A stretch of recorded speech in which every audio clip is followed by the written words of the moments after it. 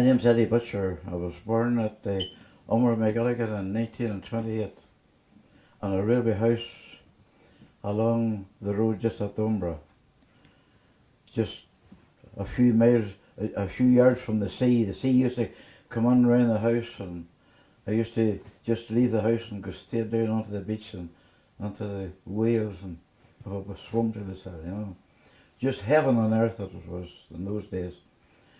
But it was not only, everywhere around there was just heaven on earth, you know, because there was so much to enjoy yourself on the beach. The gliding club was there, and well, they were there, and they were there steady. And then there was motorbike racing. That was going steady. So where I lived, the people would stop and go out over the railway lines down onto the beach and to enjoy themselves. But the weather then was entirely different, you know, from what we have now, you know. When I would have got up in the morning, I would have had to stay for the sea, stayed in for a swim and out and run along the beach and all. And the first thing you would have seen was the gliders. There were gliders everywhere. The gliding club was there, and I've seen as many as 20 odd gliders in the sky at the one time.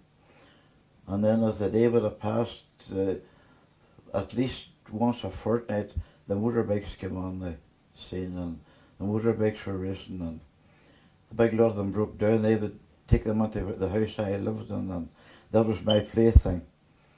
Then I decided to get one of these to play with the motorbike, and I said to myself, as I grow up, I'm going to get one of these things, I'm going to race it, you know, which I did do, you know, as the years went on. But I was a lot connected with the gliding club, because when they were building the gliders, I was able to put on my hand, put on these keys onto the pungs, you see, and that was a big help for the people that were building it. But then as the years went on, the time went on, in the 30s, Emmy Johnson, she came along. And she was a big attraction. She came in the aeroplane, you see, and she landed, and she stayed in the Downhill Hotel. And she flew the gliders, she was flying the gliders steady out over Benone.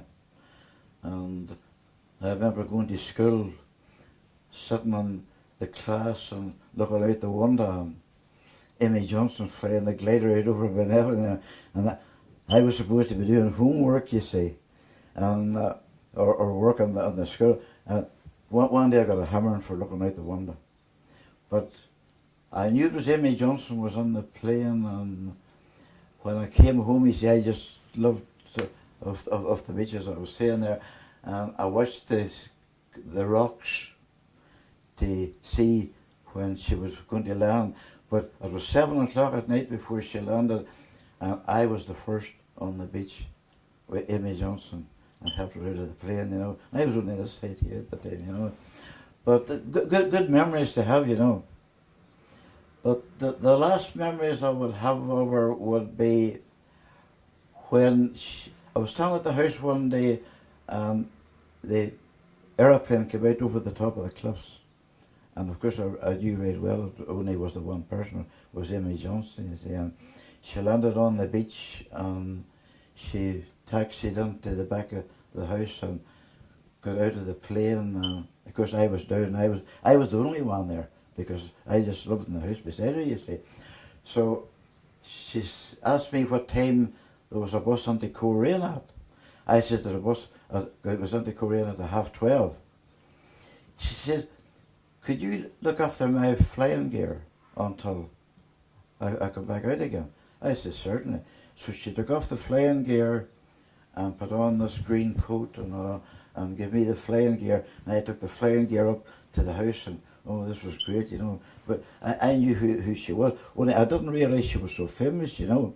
But anyway, she went into Coleraine and she came back out again about 7 o'clock, and I gave her her flying gear, and she gave me 2 half-crowns.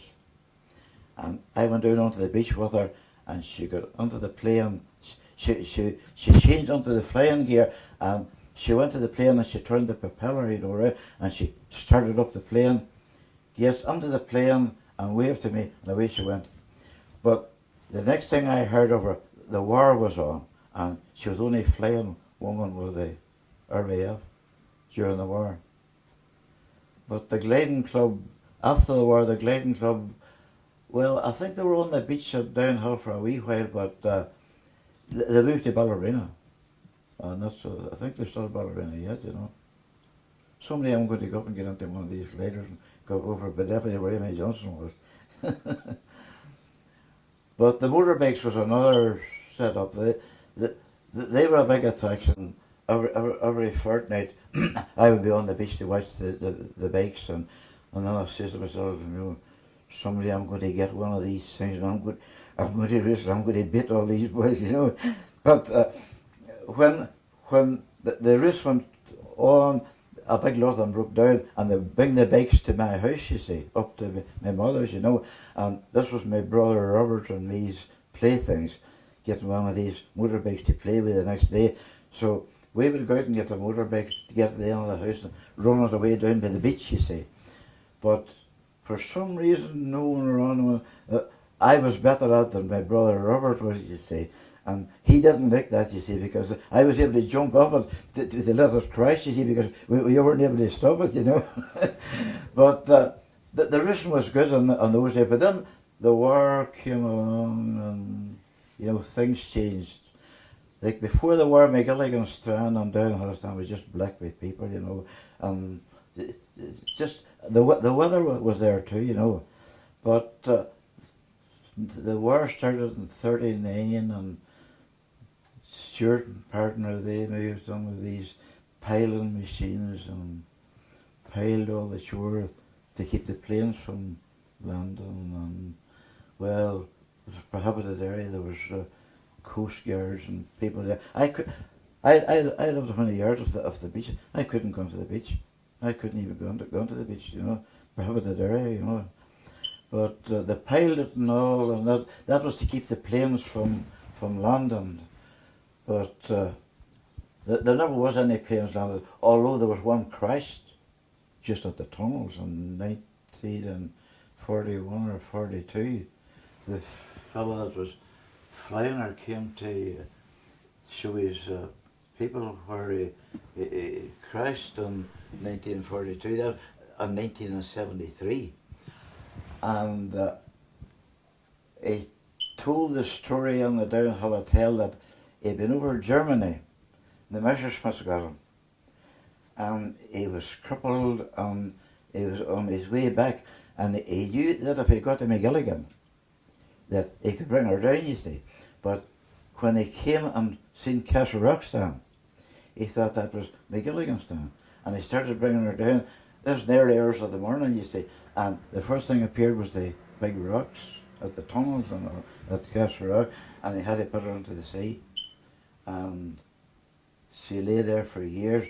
But the Downhill Castle in those days were full of RAF, and the RAF went out. I think there were 2 WAFs went out and rescued some of the ones that were on the plane and got them ashore.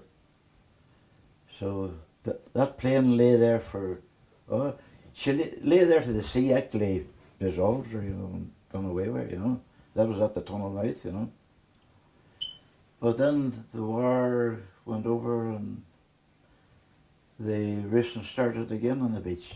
Not to the same extent as it was in the 1930s or 20s, but it was still good. But I was able to have a bike then, and I was able to race it, so I was sort of fulfilling my childhood dream, and I didn't do too bad, I managed to win a couple of races and all, so. What sort of bike did you have? The bikes, I was very unlucky with bikes because I was born in 1928 and I never had a bike that was built any other year only than 1928. One of the bikes that I had would have been the same bike as Stanley Woods rode on Isle of Man in 1928, a 500 camshaft Norton. Oh, she was good, you know. She could have went, but you had to know how to handle her, you know. And I had her in butts a few times and with a few alterations and got a lot of speed out of her. I got that much speed out of her. I managed to win the Ulster Sand Racing Championship in 1953. She wasn't doing too bad, was she? There was a lot of other famous people around the Umbra in those days. There was a man lived up just through the Umbra, away up on the hills there. It was Herd, you call him, Colonel Herd. And his mates were men like Field Marshal Lord Montgomery and Sir Winston Churchill. And they used to come there, although that was all top secret. Nobody about McGillick or anybody would have known. The only reason I would have known was through my father, because my father was a railway man and he had to be there because they opened the gates to let them across the railway lines and all, you know. But they would come, they'd been there several times, you know. But when the war started in 1939, I used to go up to the colonel, you know. And one day I went up and the colonel says to me, he said, do you do any fishing?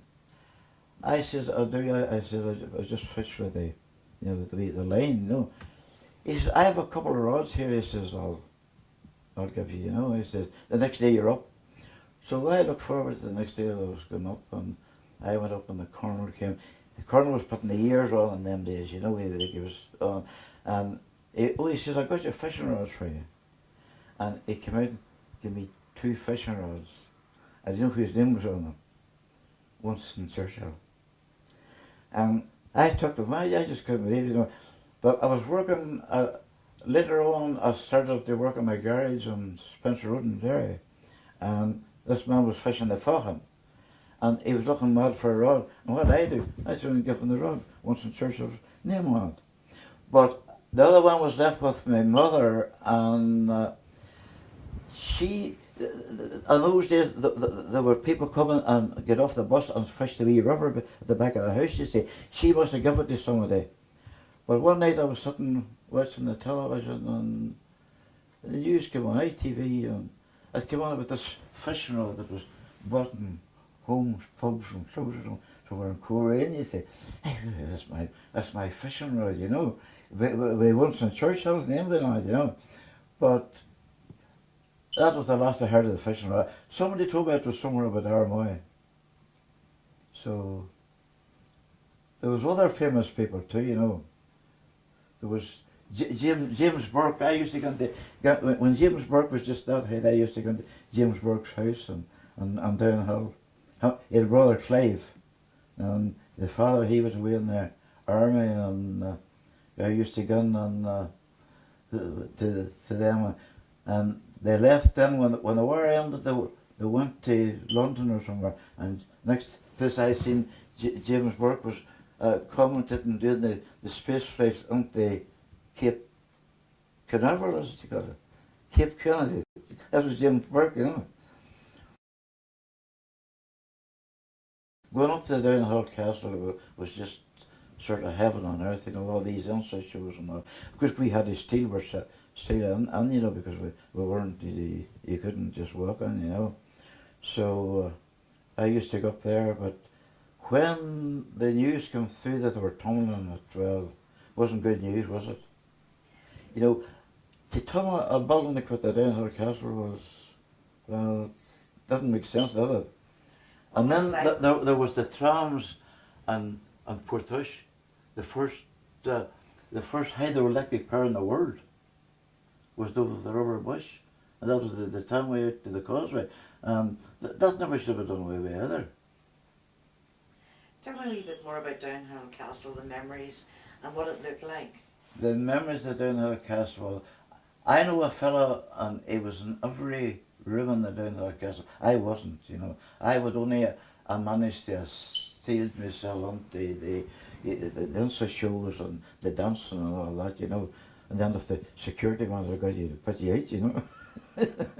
you were down the road. But just to walk up to the castle when it was in full swing with the roof on it and the just everything there. There were 360 I'll say 67 wonders on it. And they had to take 3 of them out because there was only one other building in Britain that was allowed one wonder for every day of the year. That was Buckingham Palace. Am I right in saying that? I think but to this day yet you still see, if you go up to the castle, you still see the 3, where the 3 wonders were blanked off to make it 364 wonders. Never knew that. Did you tell, is it true that there was a glass floor in the dance? Well, I got to be truthful, you see. I was only told about that, you see, from people that have been on the car, but the real dance floor on it was a glass floor was on it, you know. So, as I say, the room I've been on would have been the one that at the front, where you could see out. Oh, if they were even to open it up now and put a roof on it and start dancing or something, the people would flock to it, you know, just to get the view over the Washington Temple and Marblehead and all that, you know. It would soon pay for itself, it would soon build it again. I would suggest put the roof onto that part of the castle and just open it up and bring these show bands and let the people go up there and say they were on the downhill castle, you know. I mean, a lot of people, because it's derelict, they don't know, you know, all the stories that you have.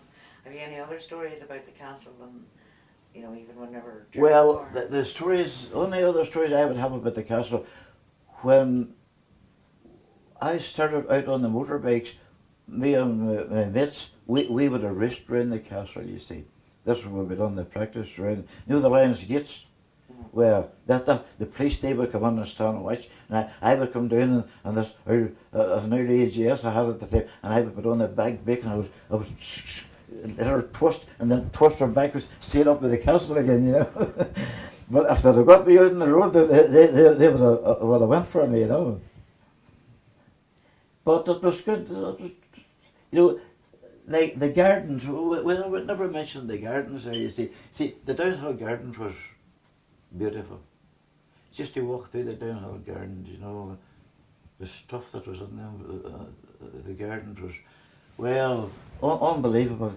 The tomatoes, well, you mentioned it was there. And people come from everywhere for to buy stuff. I remember the last day that I went to get stuff on the castle, or on the gardens, and the government had taken it over. That was about 1941, and there was a girl along with me, and she was looking for gooseberries, you see, for the make gooseberry jam, or her mum, you see, was looking for the gooseberry. So we decided that we'd go to Colonel Haird's. So we went up to Colonel Haird's, and no gooseberries.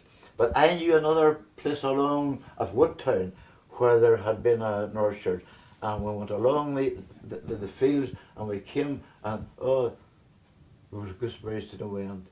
There were that many gooseberries, we weren't able to take them all, you know. But good memories to have, weren't they? Mm-hmm.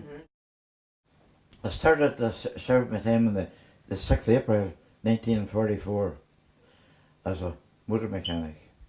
And well, I was working on motors steady. Some of you had now, they're worth a lot of money. But as time went on, things needed welded, and well, there was nobody could weld. So I took it into my head I would have a go. And this lorry came in one day, and nobody could weld the number plate on because it was going up for the PSV or test, and I got the bottles going and welded the number plate. Done a top job, first time, you know. I was pleased with myself, you know, because nobody else knew how to do this, you see. But as time went on, then I took an interest in the welding, apart from the mechanic. But I mechanic for 6 years, to 1950, and then I got a job on a garage in Castle Rock, JB Works, and I was lucky there because the man that was the top mechanic there, he was an Englishman, brainy man, smart man, you know, McWilliams you called him, Albert. And he was a top welder, and anything he didn't know, he got books, and he read the books and he put it into practice, you know. And he showed me how to weld, and I started welding. This was with the arc welding, you see. The first one was acetylene welding, and this was with the arc welding. And then, as time went on, he left and went back to England again to work, and left me with the whole job as a mechanic, welder, the whole lot, and I had to do the whole lot. But I was welding steady and steady, you know. And then he came back from Birmingham. N.C. Joseph or somewhere in Birmingham he worked, and he came back again. I think he got fed up with it, you know. And then I decided that it was time for me to move. So I left and I went to work in Scotland. I arrived in Glasgow and I went to work away at Dearloch Head on oil refinery, Fast Lane. And I only stayed there for a couple of months, and when I left, you see, I knew I was going to Inverary, because one of the fellows I knew worked on the job. He told me I got a job anytime, you see. But when I arrived in Inverary and went to the Glenshire hydroelectric scheme and went to the main office for the job, I got started right off as a fitter, you see. So I went in and started as a fitter and started working at dumpers and what have you. But one of these dumpers needed a lot of welding done to it, you see. So I goes into the welding shop, and I says to the welder, I says, I need this welded. He says, just leave it there, he says, because he says, I'm onto the ears. And I says, you're busy. Well, I said, it's okay if I weld it myself. Can you weld, he says. Oh, I said, I can weld that. I says, no bother welding that, because I've been welding all these things at home, he said. Let me see you welding that, he says. So I goes over, switches on the welding pan. I welded the thing up with a stick, you know, and went out, and that was all we did. About 5 or 10 minutes later, the steam boss, as they called him in those days, he came forward to me. I hear you can weld, he says. I says, I was welding the thing there. Come with me a minute, he says, into the welding shop. Took me into the welding shop. Let me see you welding that there, he says. So I gets the screen on, starts welding the thing. You stay here, he says. You got another 6 months an hour. And I became a welder. So I stayed there for a wee while, and they shifted me to the main dam, which was the main dam in Glenshire, you know, the main dam. And I was on the ordinary workshop, you know, where they fix lorries and all that. And one day they sent for me to go to the batching plant. That was the main part where all the cement, all the stuff that was going to the dam was just through the blondness, you see. But the welder had left, and I goes over and I got his job as a welder. That was me. I remained a welder near enough all the day. But as time went on, I stayed there for 4 years. And one day I got a letter. They were building this factory in Korean, and it was being built by CJB, Christine John Brown. And my wife's mother, she was working to one of the top men, and they were looking for welders because they were training welders in Belfast.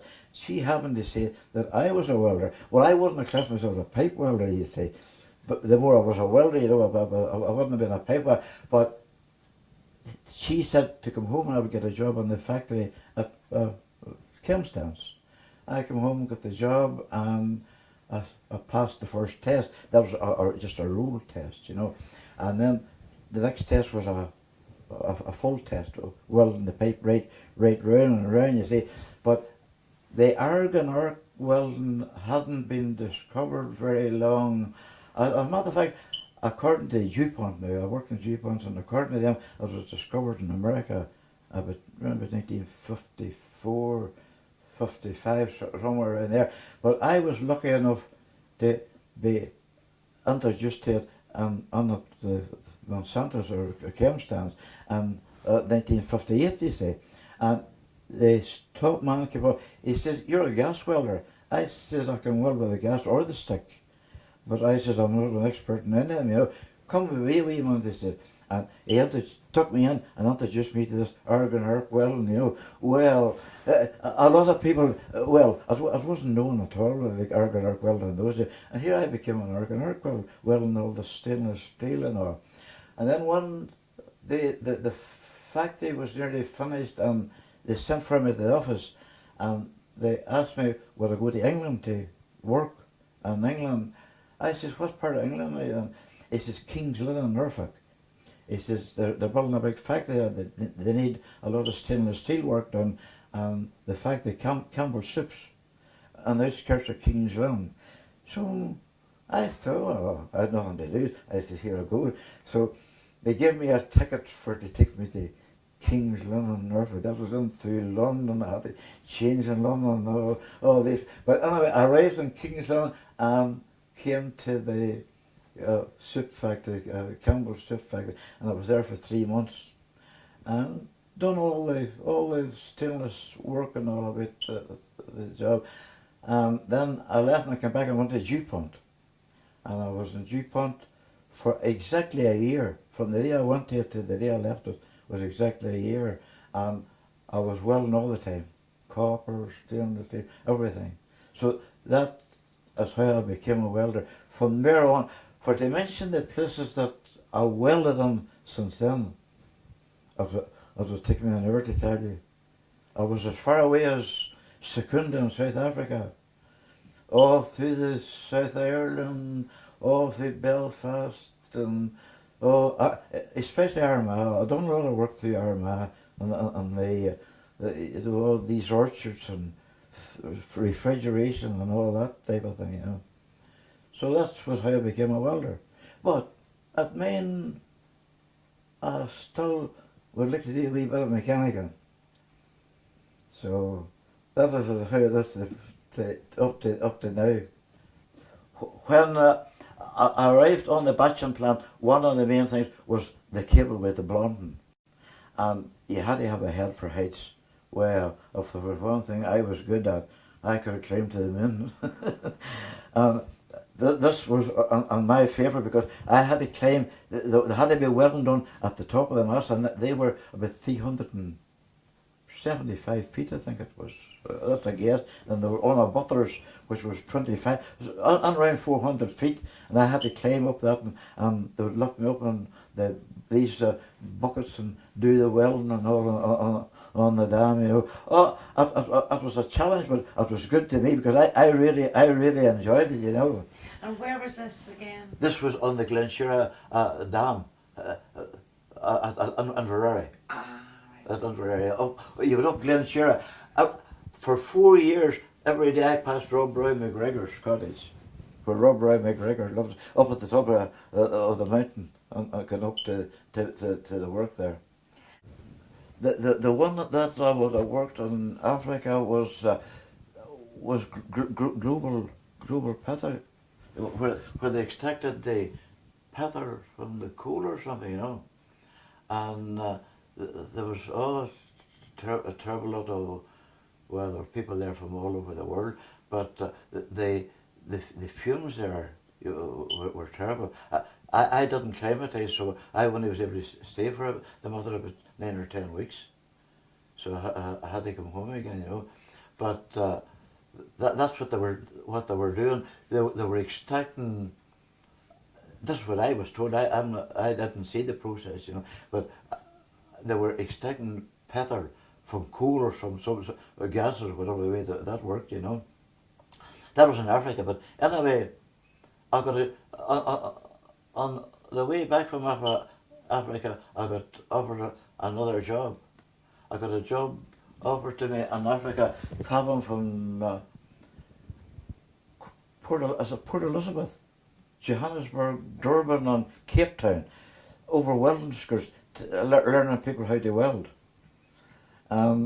Nothing would do the boy, but I was saying a contract there, but I couldn't do that in a plane because at that time my wife wasn't well, you know, and I just couldn't do that, and the whole thing fell through. I didn't go back near him again. But I could have been back in Africa again traveling all through those places, learning people to weld. Mm-hmm. But when I was in Africa, there were so many fallers on the test. I just couldn't believe it when I seen it. They were looking for offshore welders, you see, that could weld with a stick, what they called the stick. And there was nobody at all that could hardly do this test. And he was a big South African, the boy that was the foreman. He says, "You do that test." I says, "No, but a bother." I says, "I could do that test as flying." "Get that coupon," he says, "and put it up there." He says, "Now, be right." I welded the thing up through flying colours, you know. But I was only one of hundreds maybe that had went through the test, you know. But it was one of those things. I just had to know how.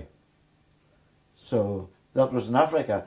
But then I was, well, as I say, I was not many places. Belfast, I was through all through Belfast, very good. I remember working JJB's out, you know where JJB's is, out the Larne direction, you know. And I worked on there, and I worked all round Belfast. Armagh, the South Ireland, way down Wicklow. And I was Roscommon direction, Mayo, Sligo, Donegal. I was all around these places. Well, but at the same time, I was always mechanically minded, you know. The more I was welding, I would see people doing things that I could have pulled them up on, you know, and says, you're not doing that right. Putting the welding experience to the mechanical experience, you know, which you mightn't understand that, you know, but there's a lot of things that mechanically that if you knew how to make and could weld it, it would be a big advantage to you, you know, on the mechanical direction, you know. But here I am now, once again, sitting talking about all these things in the past. But you're coming up to your birthday now. Coming up, my birthday, I'll be going to my 85th birthday next Monday. And if I'm spared, if I can get rid of this cold in my chest, as you probably hear, I'm going to celebrate. You only pass this way once, you may as well enjoy it. That's true. Sure, if you're around, you have me a hot whiskey. For sure. No bother. You know, we will have a party. Well, that is the story of my life, you know. But and you know, a lot of people at this went on and quick, but you know, well, to go back on it again, you wouldn't want to change it, would you? Yeah, you I'll say the one with McGilligan. Kind friends, I've just come here tonight to sing to all of you about this place, like where's my love that lives down by the sea. I was born in McGilligan with its mountains bold and grand, and the first place that I met my love was down upon the strand. Through Benone rocks we loved, and where the ravens built their nests, I'd oft times take her for a stroll and clasp her to my breast. And just as we're returning after walking all the day near to old Duncrum, I'd clasp her hand and cheerfully would say, we will never leave McGilligan, my Mary dear and I. For if we leave McGilligan, I'm sure we both will die. We will comfort one another while there remains a stone in that pretty little cottage on the shores of sweet Benone. I strolled last Sunday evening with my love to sweet Downhill. I took her gently by the hand while passing the lame kill. We journeyed on but sadly until we came inside of Needham's as we took a drop to make our spirits light. Dear darling, she being temporary, drinking up a ginger wine, but I myself took something strong to raise this heart of mine. And as our thirsty thoughts were quenched, we then went out to sea, and startled by those swelling waves, I could not help but say, we will never see such scenery, my Mary dear and I. For if we leave McGilligan, I'm sure we both will die. We will comfort one another while there remains a stone in that pretty little cottage on the shores of sweet Benone. One holiday up to the byre I took my own store. We cut our names out on the bench as lovers done before. And looking in that big red glass, the sun was all aglow, while turning to the other we beheld the winter snow. We then retired out to the green, the fresh breeze to inhale, and took a glimpse from off its heights at nature's lovely vale. And it being far extended beneath down by the sea, I then sat down to rest a while. I took Mary on my knee. We will never leave McGilligan, my Mary dear and I. For if we leave McGilligan, I'm sure we both will die. We will comfort one another while there remains a stone in that pretty little cottage on the shores of sweet Benone. One evening down to the point I took my own dear pet. The scenes we saw struck us with thoughts that we never will forget. We saw a large almighty ship as she swiftly glided on, with thousands of fair daughters there, and sons with hearts so strong. And as they waved their handkerchiefs, the tears from their eyes did fall, while parting dear old Ireland from the shores of Donegal. We will never sail away like this, my Mary dear and I.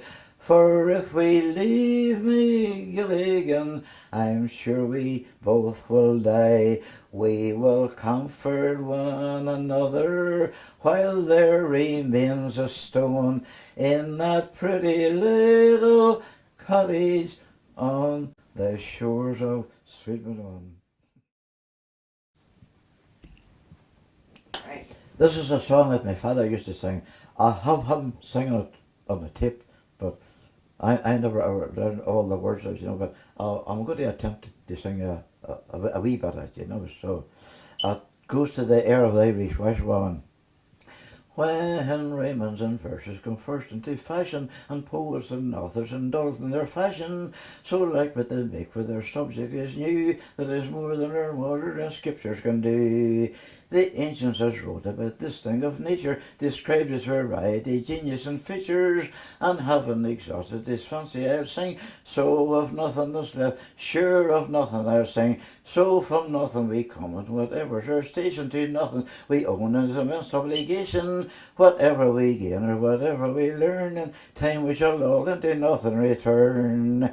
This word came from nothing, of course it's his history, and all about nothing is surely a mystery. Man came from nothing, and by the same plan, a woman was made from the rib of a man. So from nothing we come, and whatever's our station, to nothing we own is immense obligation. Whatever we gain, or whatever we learn, in time we shall all into nothing return. Then thinking of nothing is some folks' enjoyment, while doing of nothing is many's employment. And all of this nothing is some folks are strong, that say nothing, do nothing all the day long. Some folks they pass the time nothing beginning, but by nothing losing or by nothing winning. Nothing they'll buy, nothing they'll sell, nothing they'll know or nothing they'll tell. There's a lot more. I just can't get. I can sing it. I can sing it the last bit, you know. The boy that wrote it had nothing to do.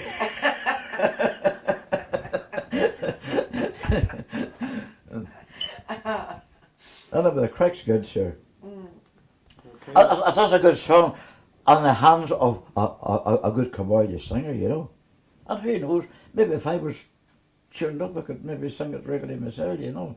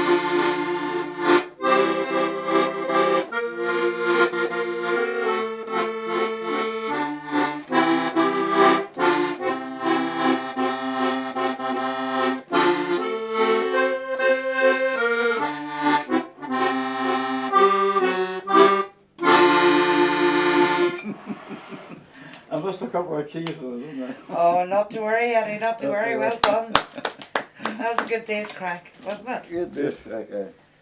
The crack was good in Cricklewood. When I'm not concentrating, if I turn my mind to something, I will go off the keys. Was your mind turning a wee bit there, Eddie?